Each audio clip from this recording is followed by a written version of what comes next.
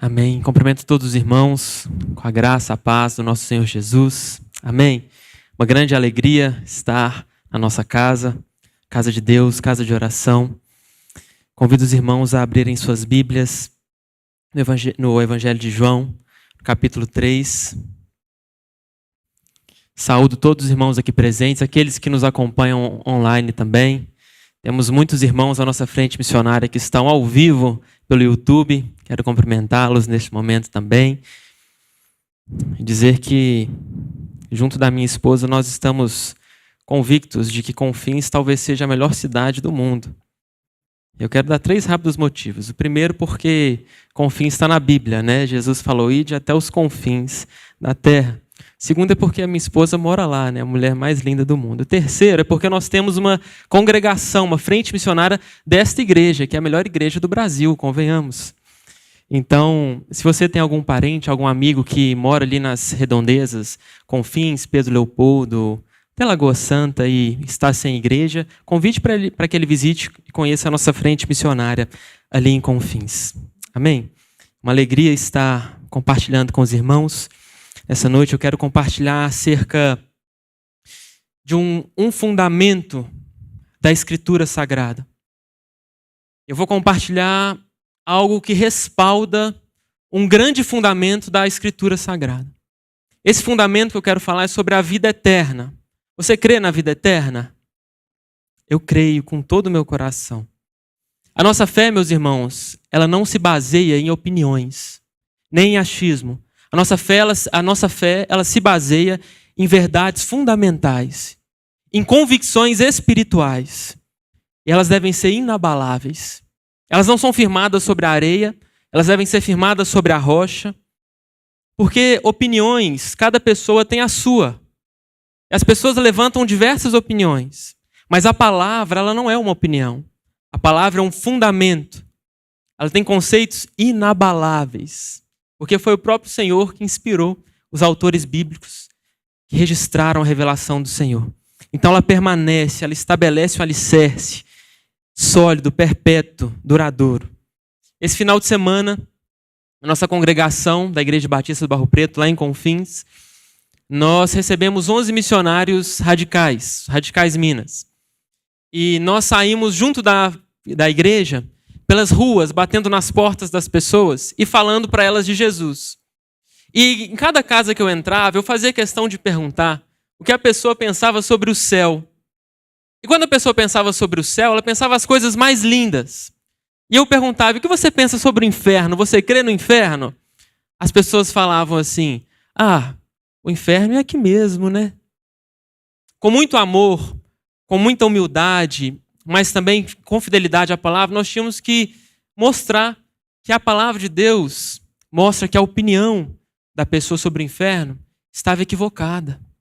Porque Jesus fala sobre o inferno. Então a nossa fé, nesse tempo de confusões, ela é fundamentada. E um dos aspectos que ela tem um grande fundamento é a vida eterna. Aí eu te pergunto, qual é o fundamento da vida eterna? No que apoia a sua convicção de que há uma vida eterna? Eu quero te dar um motivo que nós leremos agora.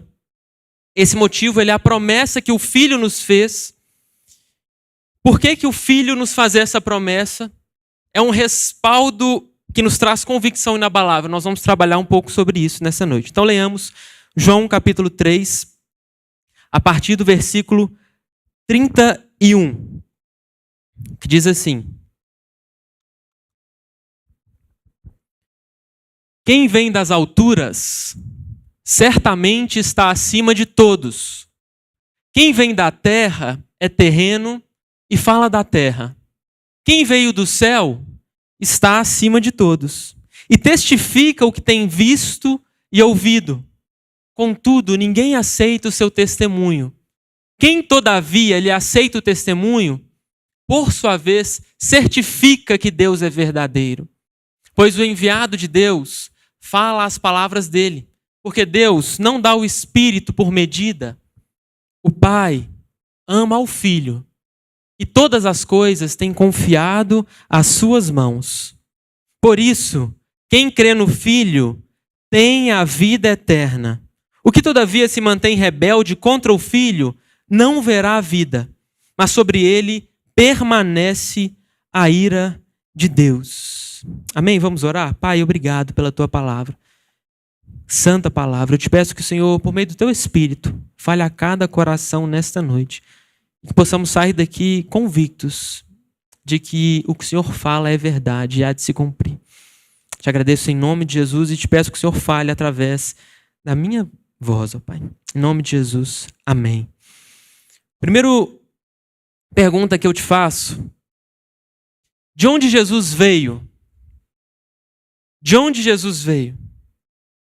Quando nós falamos que Jesus nasceu, nós precisamos voltar para o Evangelho de Lucas, no capítulo 1, versículos 31 e 32. Eu leio o que diz a Escritura. Diz assim: a promessa que o anjo fez a Maria quando diz: este será grande e será chamado Filho do Altíssimo.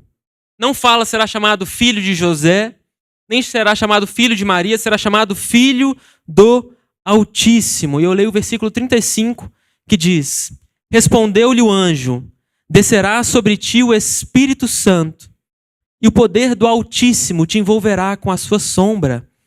Por isso, também o ente santo, Maria, que há de nascer, será chamado Filho de Deus. Ele não veio da terra. Ele não é terreno. Quem vem da terra fala das coisas terrenas. Ele veio do alto. Ele vem do trono de Deus. É o que João, o apóstolo, diz no primeiro versículo do seu evangelho, que ele abre: no princípio era o verbo, era a palavra. E a palavra estava com Deus e ela era Deus. Ele estava no princípio com Deus. Todas as coisas foram feitas por meio dele. E sem ele, nada do que foi feito se fez. Abra sua Bíblia em João 3 ainda, no versículo 32, que mostra que porque ele vem das alturas e ele está acima de todos, ele testifica, ele certifica que Deus é verdadeiro.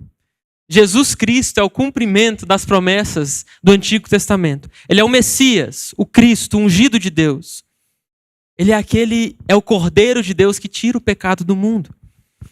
E por que Jesus, ele é aquele que dá essa promessa sobre a vida eterna e que porque ele dá a promessa, ela não falha? Porque Jesus, ele é o correspondente legal do Pai. Jesus é o correspondente legal do Pai. Ele afirma em João capítulo 10, versículo 30, você conhece muito bem esse texto, quando ele diz: eu e o Pai somos um. Ele também afirma em João capítulo 3, no versículo 13, olha o que diz: ora, ninguém subiu ao céu, senão aquele que de lá desceu, a saber, o Filho do Homem que está no céu. Volte mais 2 páginas da sua Bíblia, leia João capítulo 1, versículo 18, que diz: ninguém jamais viu a Deus. O Deus unigênito que está no seio do Pai é quem o revelou. Leia agora João capítulo 6, versículo 46 e 47, que diz o seguinte: não que alguém tenha visto o Pai, salvo aquele que vem de Deus. Este o tem visto. Em verdade vos digo, quem crê em mim tem a vida eterna. Repito, Jesus é o correspondente legal do Pai. Colossenses capítulo 1 afirma que ele é a exata expressão de Deus. Ele é a imagem expressa do Deus invisível. A exata expressão do ser de Deus. Colossenses 2:9 também fala que nele, em Jesus, habita corporalmente toda a plenitude da divindade. Repito mais uma vez, ele é o correspondente legal do Pai. Foi ele quem nos deu a promessa da vida eterna. A promessa da vida eterna há de cumprir. Você crê? Eu creio, com todas as minhas forças. Nesse mundo onde nega-se as verdades, chama tudo de relativo, nós cristãos temos muitos fundamentos. Um deles, a promessa da vida eterna. Abra sua Bíblia em João capítulo 17, versículo 3. Diz o seguinte: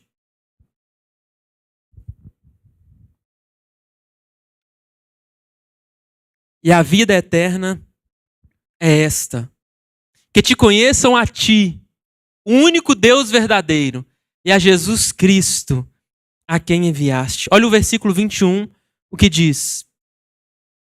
Com o fim, Jesus diz na oração que ele ora ao Pai, a fim de que todos sejam um.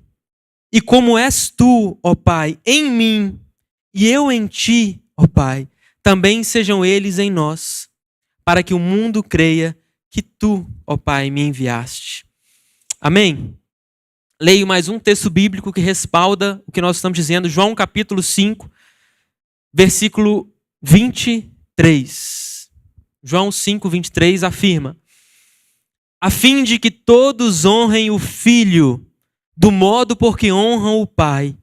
Quem não honra o Filho, não honra o Pai que o enviou. Quem não crê nas palavras do Filho, quem não crê na promessa que o Filho deu, não honra o Pai que o enviou. Porque o Filho e o Pai são um. Ele é o correspondente legal do Pai na terra. Em verdade vos digo, quem ouve a minha palavra e crê naquele que me enviou, tem a vida eterna. Não entra em juízo, mas passou da morte para a vida. Em verdade vos digo que vem a hora, e já chegou, em que os mortos ouvirão a voz do Filho de Deus, e os que a ouvirem viverão, porque assim como o Pai tem vida em si mesmo, também concedeu ao Filho ter vida em si mesmo. Quem permanece rebelde às palavras do Filho, quem permanece rebelde à promessa que o Filho deu, não tem o Pai. É muito comum nós, ao batermos nas casas para evangelizar as pessoas, elas despejarem diversas opiniões, levantando que existem corredentores, que outra pessoa é mediador entre o Filho e Deus.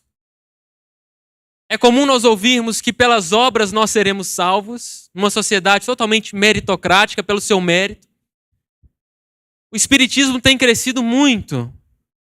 E o Espiritismo é uma religião que mostra as obras para que você evolua. Falsa religião. Falsa fé. Nós precisamos afirmar isso dos nossos púlpitos. Jesus, ele é o caminho, ele é a verdade, a vida, ninguém vai ao Pai a não ser por ele. Ele afirma, eu sou o caminho. Você crê nas palavras, nas promessas de Jesus? Nós precisamos crer. Quem permanece rebelde, quem se mantém rebelde contra o Filho, não terá vida. Nossa cultura, nossa sociedade hoje se promulga espiritualista.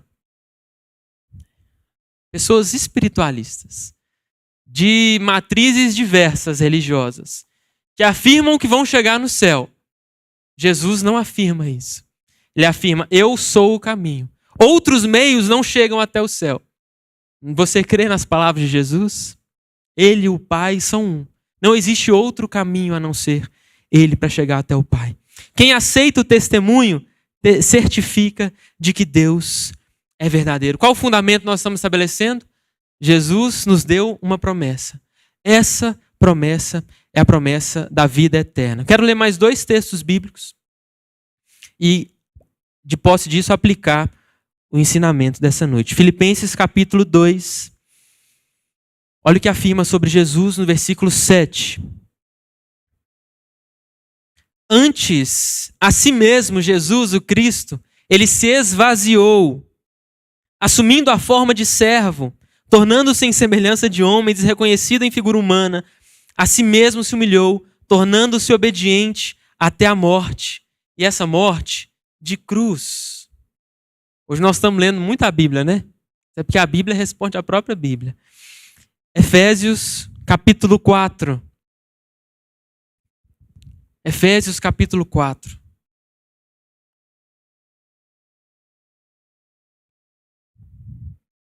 A graça foi concedida a cada um de nós, segundo a proporção do dom de Cristo. Por isso diz, quando ele subiu às alturas, levou o cativo o cativeiro e concedeu dons aos homens. Ora, que quer dizer subiu? senão que também havia descido até as regiões inferiores. Ele veio até a terra para revelar a vontade do Pai. De posse disso, de posse desse entendimento, desse fundamento estabelecido, como eu devo viver a vida? Eu creio na vida eterna, você crê na vida eterna, você já tem a vida eterna, você entregou sua vida, aceitou Jesus como seu único e suficiente Salvador, a sua vida é direcionada por Ele em tudo, você não vive uma vida baseada na sua opinião, eu não vivo baseado na minha opinião, mas eu vivo fundamentado na palavra, você tem a vida eterna.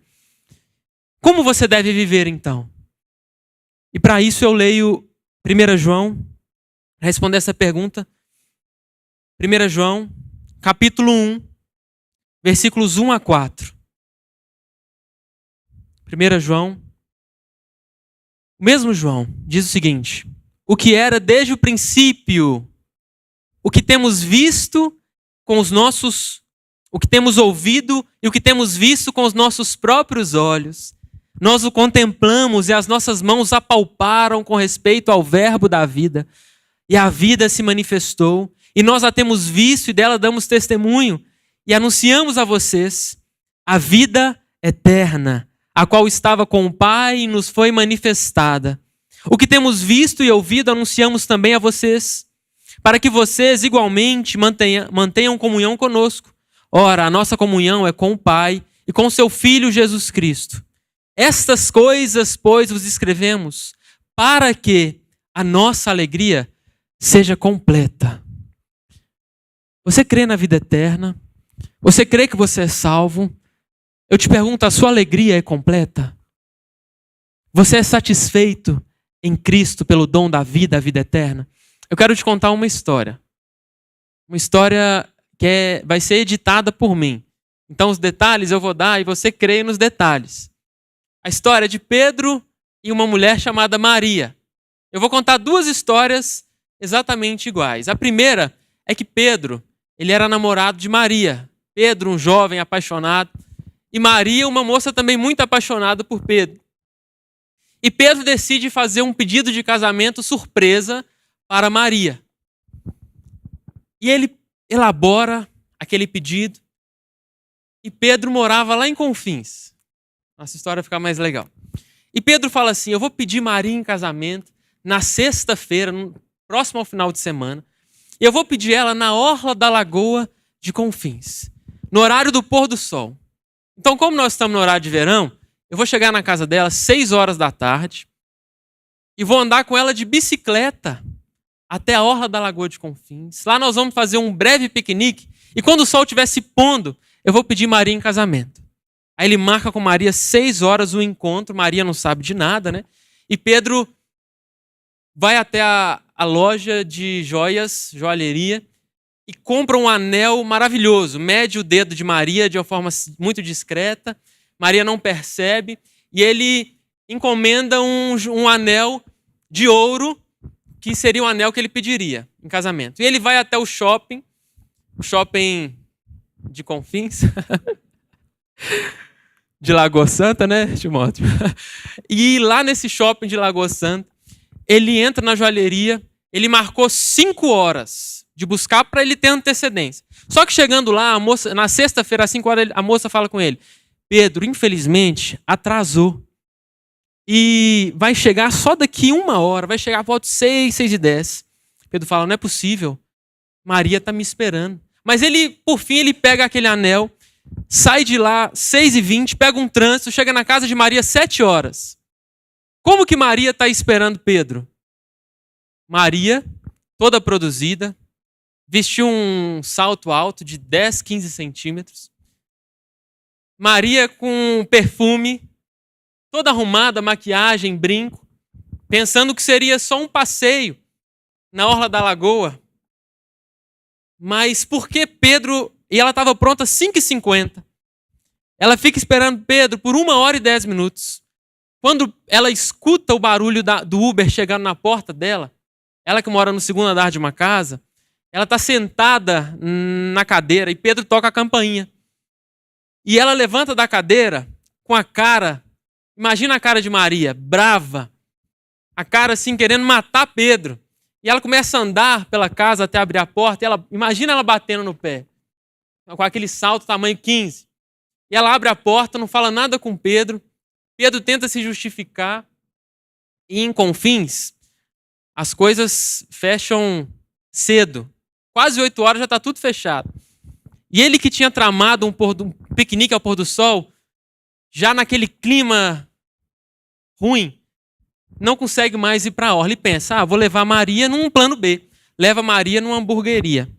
Aí ele chega na hamburgueria com Maria, que já está com aquela cara fechada para ele, né? Difícil, ranzinza, com coração duro. Ele vai pedir um pão com queijo e presunto. Porque é a única coisa que tinha em Confins. E Maria, ele pergunta, Maria, vamos comer um pão com presunto e queijo? Maria, vamos, querido. Mas o coração dela não está alegre, ele pensa, e não é o momento ideal para pedir em casamento. Mas mesmo assim, ele corajoso, pede Maria em casamento. E Maria, porque amava muito, era muito misericordiosa, aceita, mas estava muito triste. Agora eu vou contar uma segunda história para os irmãos. Mesmo Pedro, ama Maria e vai pedir Maria em casamento. Surpresa, secreto. Ele vai até o shopping de Lagoa Santa, chega lá às 5 horas. E ao entrar na loja, a amiga de Maria, muito fofoqueira, chamada Mariana, vê Pedro entrando na loja e de imediato liga, Maria, seu namorado está entrando numa loja de anéis. Eu acho que ele vai te pedir em casamento. Se prepara, amiga. Porque eu acho que hoje não passa. Ele vai te pedir em casamento. E ela fica toda empolgada, animada, né? Imagina uma jovem Maria, de 19 anos, da idade da Isabela, esperando Pedro para pedi-la em casamento. Pedro, então, da mesma forma, atrasa, o anel atrasa. Ele chega na casa de Maria, 7h10. Maria está sentada. Ela escuta o Uber batendo na porta dela. Ela pula de alegria da cadeira. Ela nem espera Pedro abrir a porta, ela já deixa a porta aberta. Pedro, então, vai tocar a campainha. Ela já fala, bem, entra meu querido, por favor, sente-se aqui. O que você quer fazer? Estou muito feliz que você veio, me dá um abraço aqui. Eu te pergunto, o que mudou da primeira história para a segunda? Maria já sabia o final da história. Maria já sabia o que ia acontecer. Pedro ia pedir em casamento. Isso fez com que Maria ficasse extremamente alegre. Eu te pergunto, crente, você já sabe o final da história? A vida eterna? Cristo há de voltar, há de buscar a sua igreja. Por que ficar ranzinza quando algo ruim acontece, quando as circunstâncias não convêm, quando algo dá errado? Nós temos a convicção, a promessa da vida eterna. Você a tem? Quando a tristeza tentar balançar o seu coração, olhe para o alto. Olhe para as palavras de Cristo e alegre o seu coração. Vou um pouco mais profundo. Quando a morte bater na sua janela, porque ela há de bater algum dia, não temas. Porque Jesus falou, vou para junto do Pai. Deixo com vocês a minha paz vos dou. Não vou lá dou como o mundo a dá. Não se turbe o vosso coração, nem se atemorize. Crede em Deus, crede também em mim. Na casa de meu Pai há muitas moradas. Se assim não fosse, eu não teria dito a vocês, porque eu vou preparar lugar. O seu lugar está preparado? Você tem a convicção da vida eterna? Eu tenho. Ela é fundamentada na promessa de Cristo. É por causa disso que nós podemos e devemos viver alegres. Faça sol ou faça chuva. É um desafio para o cristão. Nós já sabemos o final da história, queridos. Para finalizar, eu leio 1 João capítulo 2, a partir do versículo 23.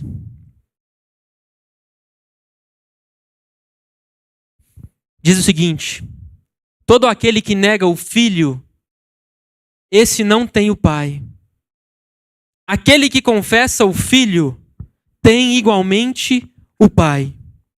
Permaneça em vocês o que vocês ouviram desde o princípio. Se em vocês permanecer o que desde o princípio ouvistes, também permanecereis vós no Filho e no Pai. E esta é a promessa que Ele mesmo nos fez, a vida eterna. Isso que vos acabo de escrever é acerca do que vos procuram enganar. Olha que lindo isso que João escreve no seu evangelho e também na primeira carta. Permaneça na mente de vocês o que vocês ouviram desde o princípio. Se em vocês permanecer a promessa da vida eterna, Jesus também permanecerá em vocês. Vocês permanecerão no Filho e no Pai. Olha o que Jesus diz lá em uma das parábolas que ele conta, sobre que nós devemos permanecer no ramo da vide para que nós possamos dar frutos. Quer dar frutos? Permita que as palavras de Cristo permaneçam dentro do seu coração. Houve um homem nos Estados Unidos, século XVIII, é considerado pelo pastor e doutor Martyn Lloyd-Jones como o maior pastor, teólogo e pregador que os Estados Unidos já teve em todos os tempos. O nome dele era Jonathan Edwards. Jonathan Edwards escreve sermões fantásticos. E quando ele tinha 30 anos de idade, ele escreveu uma frase que eu gravei no meu coração. Eu te peço que guarde no seu coração. Ele falou a seguinte frase: Senhor, grave a eternidade nos meus olhos. Senhor, grave nos meus olhos a eternidade. Naquela época, Jonathan Edwards foi precursor de um grande avivamento que ocorreu nos Estados Unidos da América. Eu tento dizer que eu acredito que quando nós temos a visão da vida eterna, a visão do céu, a nossa vida, ela é catalisada de uma forma sobrenatural, porque nós cremos na promessa. Além de sermos alegres, além de permanecermos no Filho e no Pai, a nossa vida parece que é potencializada. Porque nós passamos a ter um senso de propósito eterno, um senso de céu, mas também um senso de inferno. Um senso de que nós precisamos pregar o Evangelho. Eu creio que essa urgência, essa paixão pelos perdidos, eu creio que é um despertamento. É um despertador que toca na nossa vida matinal cristã e que nos chama a pregar o Evangelho para os perdidos. Queridos, permaneçamos nessa promessa. Que esse fundamento da promessa, que é o próprio Cristo que desceu do céu, não foi qualquer um que deu a promessa, é aquele que é um com o Pai. Segunda pessoa da Trindade, o eterno Filho de Deus, nosso sumo sacerdote eterno por excelência. O Verbo encarnado, o Emanuel, Deus conosco, que morreu pelos nossos pecados, o Cordeiro de Deus que tira o pecado do mundo e tira do nosso mundo também. Ele nos fez essa promessa: permaneça, seja alegre, viva com esse olhar fixo nos céus. Amém, queridos? Vamos orar.